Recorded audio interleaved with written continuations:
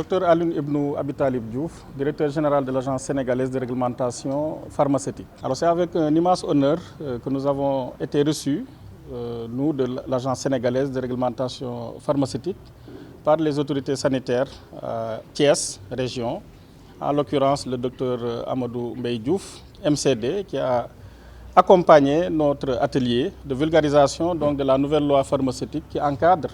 la circulation des médicaments au Sénégal. Alors vous savez, nous avons à cœur avec les autorités, en l'occurrence le président de la République, son Excellence M. Bassirou Diomaye Diakhar Faye, de mettre sur pied le référentiel 2050 qui précise deux points essentiels pour le secteur pharmaceutique. D'une part, la souveraineté pharmaceutique sur tout le territoire national et qui implique que nous puissions intervenir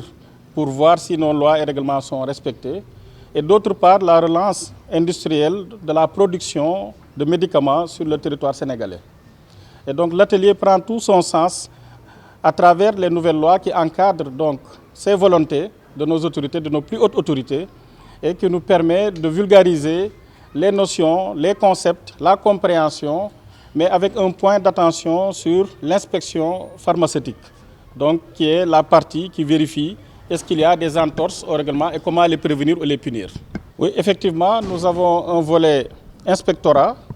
qui nous permet, grâce à nos inspecteurs assermentés de l'ARP, d'intervenir sur tout le territoire national, Thiès y compris,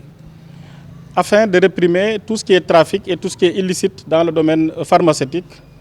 en relation avec les forces de police, que nous remercions au passage, ainsi que le haut commandement de la gendarmerie, qui nous prête main forte dans le cadre de nos missions, mais aussi à travers la justice sénégalaise qui a commencé à s'imprégner de nos lois, de nos règlements et qui connaît comment faire et rendre la justice. Et nous pouvons citer effectivement le cas des boulettes qui a abouti à une condamnation ferme et nous sommes très heureux de l'apprendre, ce qui pourrait dissuader d'autres de se lancer dans des entreprises illicites ou périlleuses. Mais aussi le cas ici à Thiès où nous avons déjà des dossiers qui sont pendants et que nous sommes en train de régulariser. Alors les acteurs maintenant, c'est la partie la plus importante de l'atelier. Nous avons eu depuis lundi à recevoir les acteurs élus locaux, les prescripteurs, nous avons reçu les Badienougor et nous sommes en train de vouloir sensibiliser ces acteurs-là à la nouvelle loi, leur dire que nous ne pouvons pas agir seuls et savoir tout ce qui se passe pendant que eux qui sont de la communauté peuvent nous remonter des informations d'infraction ou des informations sensibles dans le domaine sanitaire avec un rôle de veille et d'alerte que nous attendons de leur part. Et pour cela, nous devons leur dire qu'est-ce que la loi prévoit, qu'est-ce qui est légal, qu'est-ce qui ne l'est pas, qu'est-ce qui est un risque sanitaire pour la population qui aspire à avoir des médicaments sûrs, de qualité et à coût abordable. Alors nous avons de nouveaux phénomènes de trafic de personnes qui présentent des produits comme étant des médicaments. Mais cela ne rentre pas dans la définition du médicament. Là, vous êtes en train de faire du trafic. Et donc, c'est vous qui prétendez peut-être que c'est des médicaments. Et nous, notre rôle, c'est d'appréhender ces personnes,